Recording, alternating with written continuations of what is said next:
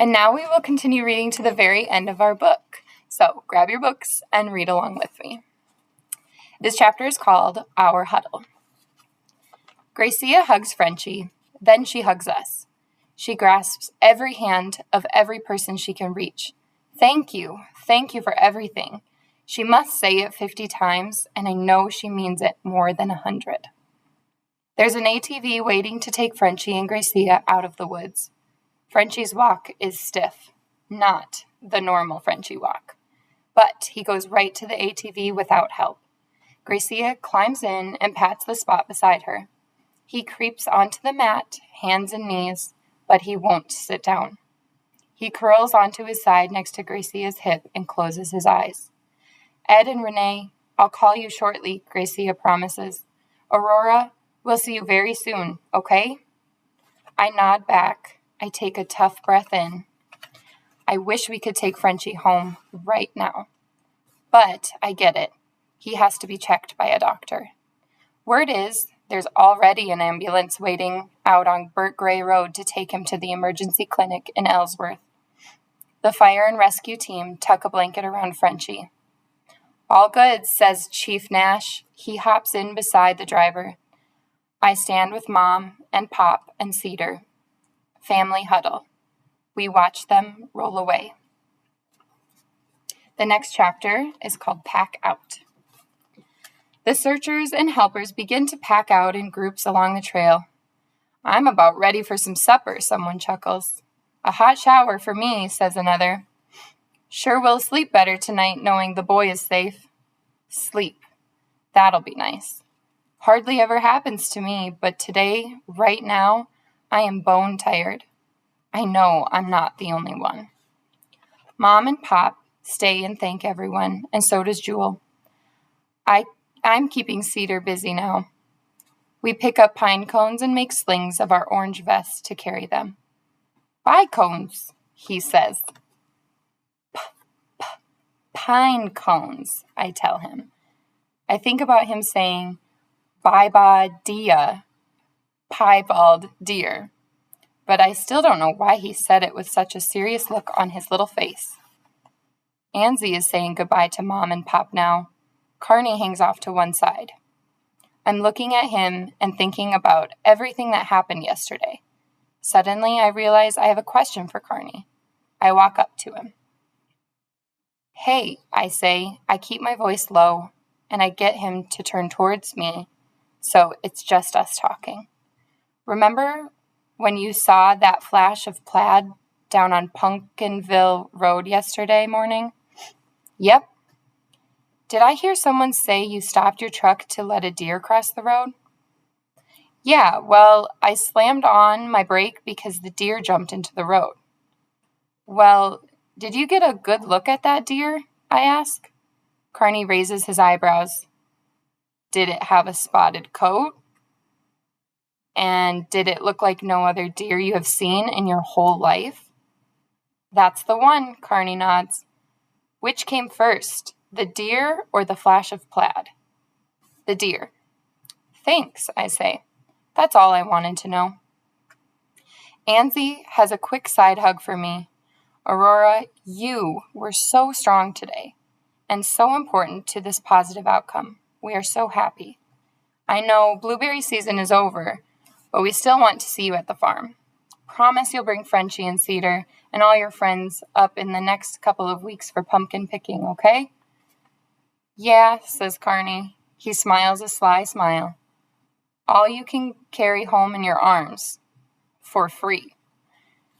But pumpkins are heavy, I say. That's right, he laughs, and Anzie thumps his arm with her knuckle. Then just wait, I call after them. I'll bring a big burlap sack. I'll count on that, Carney calls back. Mrs. Thrift and her husband come to say goodbye, and I find out that she does have a real name. Maxine Grindle. Rest assured, Maxine tells us the emergency clinic will take great care of your friend. I was there myself yesterday morning. She holds up her wrapped finger. Say hello to Miss Mummy. So sorry, I say, trying not to laugh. Getting hurt isn't funny, but she's making a joke about it. I fake a little throat clearing. Hey, do you think Mrs. Thrift can find a new needlepoint purse for Frenchie? Something a lot like the last one? I've got some allowance. Save your money, Aurora. Mr. Menkes jogs up. Frenchie's purse is swinging from his hand. You got it back! Woohoo! I jump up, pop my vest, and send all my pine cones flying. Oh, it's been retrieved, Maxine Grindle tries to clap, then remembers about her finger. Jewel is standing by, and she claps extra hard. Yep, went back down and unsnagged it. Piece of cake, Mr. Menkes says. He loops the purse towards me, and I catch it on the upswing.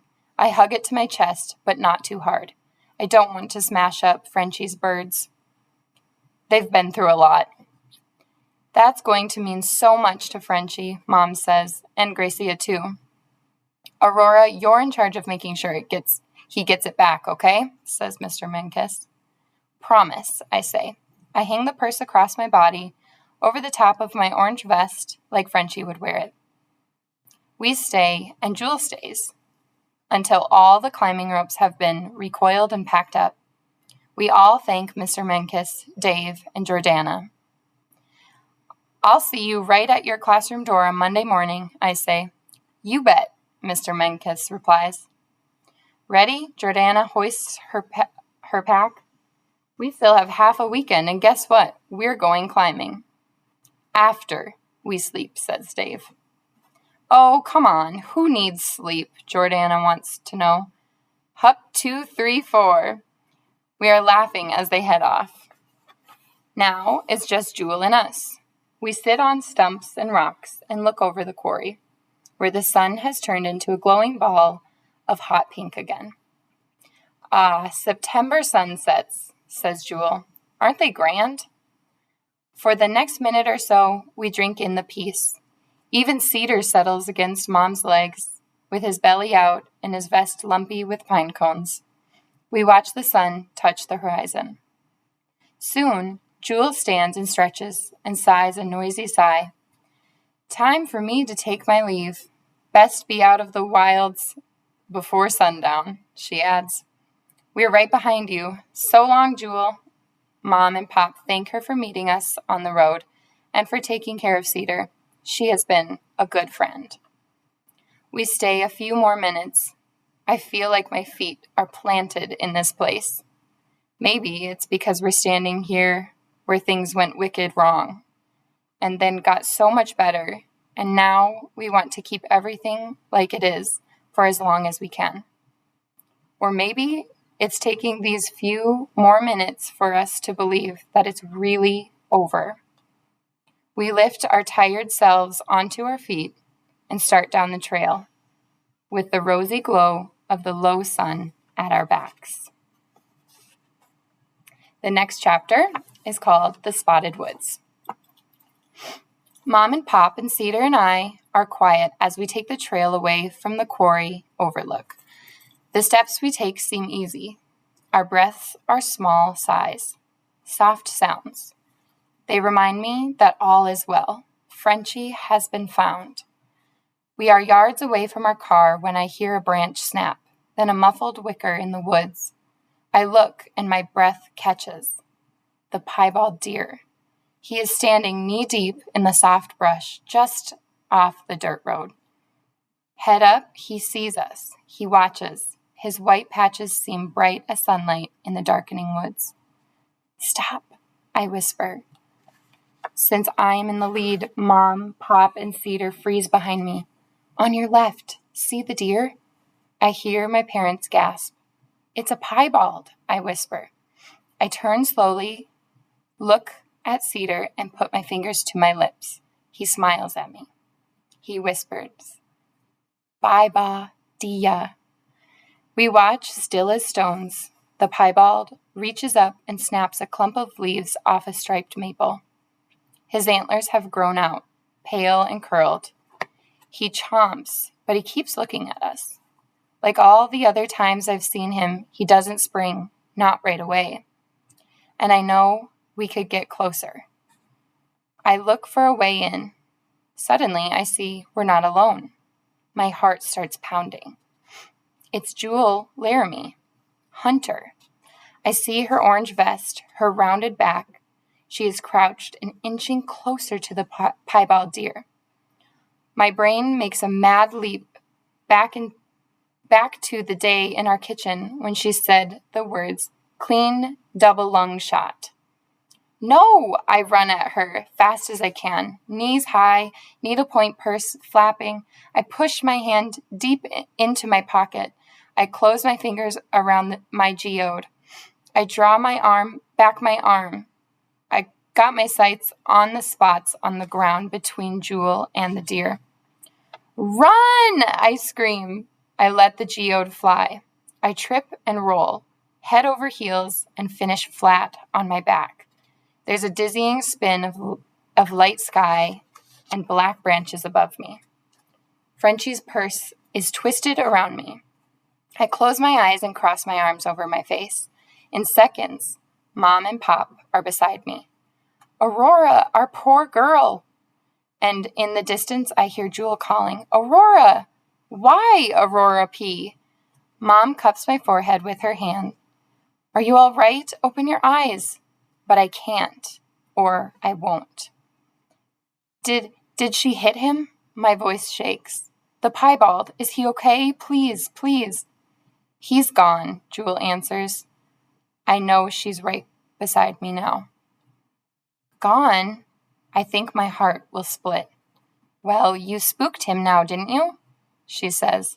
"So, you didn't shoot with your bow?" "Not on your life," she says.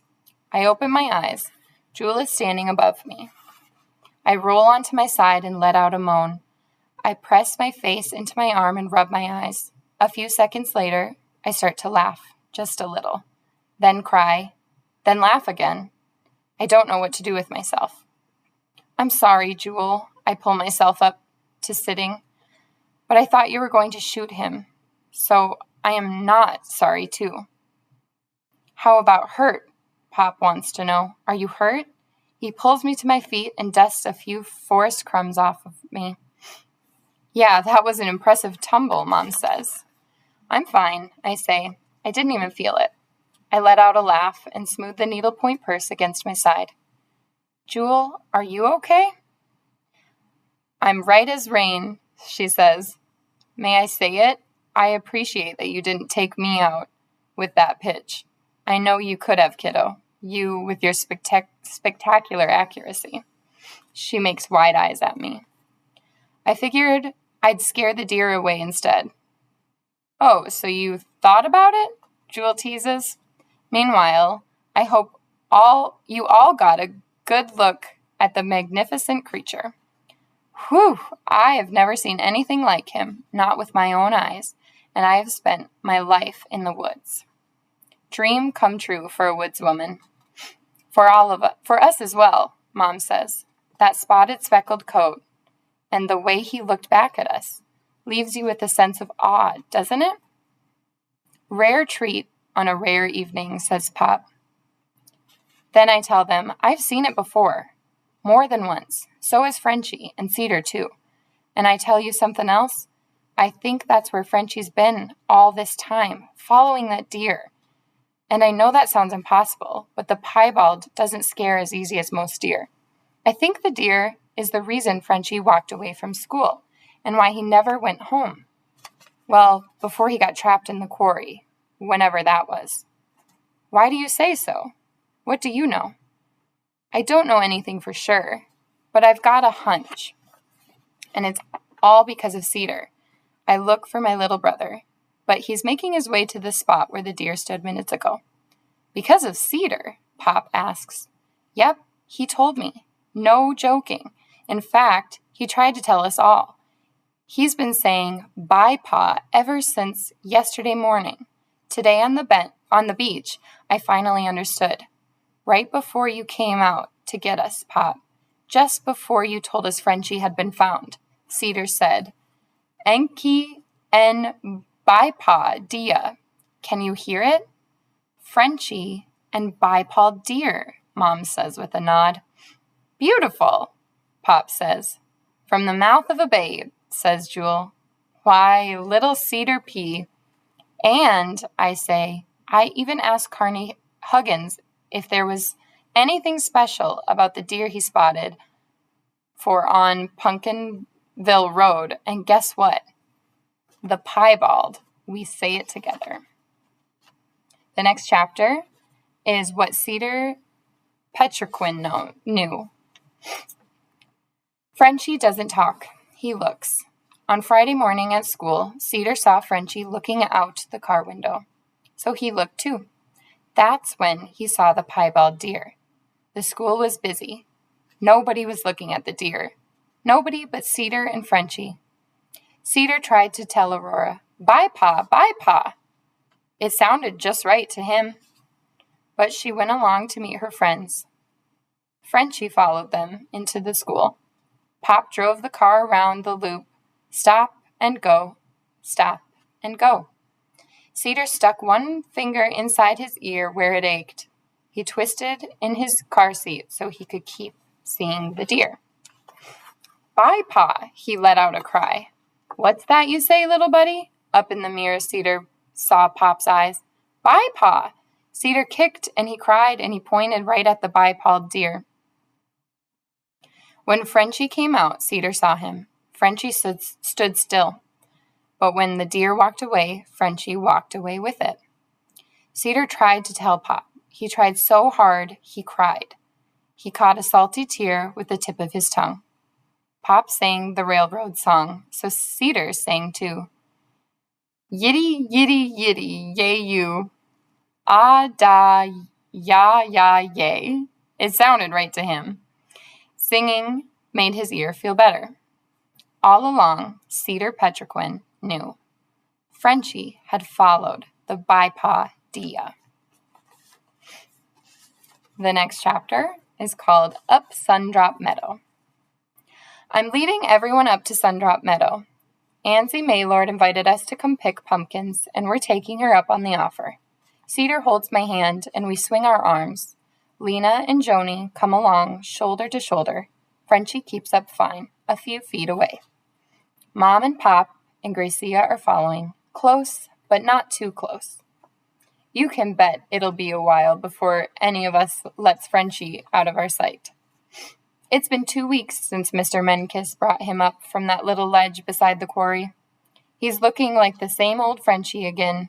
Plaid shirt, khaki pants, belt tight, needlepoint purse, full of bird prints, of course. But I can tell you this, when Gracia brought him over for breakfast the morning after the rescue, she told us he'll be all right, but he's very bruised. Saying it made her cry. Mom hugged her around the shoulders for a long time. Frenchie ate his pancakes standing up. Then he lay on his belly and studied the bird prints on our living room rug. It was 4 days before I saw him sit in a chair again. He's done a lot of healing. I've been watching. He doesn't look sore anymore. He walks the old Frenchie walk. Today is a great day for a hike along the edge of the barrens. The little leaves on the blueberry bushes are a blaze of red, pink, and orange now. At Ansie's gate, we let ourselves in. We stand in front of the poem barn. This is new for Lena and Joni, but Frenchie is ready, I can tell. I begin to read, at the top of my lungs, of course. Sun, rain, wind swept, bud, blossom, berry. Lena and Joni join in. The three of us shout the lines, sweet earth roots kept, make a soul merry. We're on the second chorus and getting the giggles when Carney Huggins comes out of the barn. He has both thumbs stuck in his ears. He waggles his fingers at us, sticks out his tongue, which makes us laugh even more. He tries to hide a grin, but he can't, so he turns and runs back into the barn. We try to get through the poem one last time, but one by one we drop to the ground because we're laughing so hard, and because we want to. Cedar lands beside me, legs in the air. Only Frenchie is still standing. He's looking up, face to the sun. I prop on one elbow and wonder what he's thinking.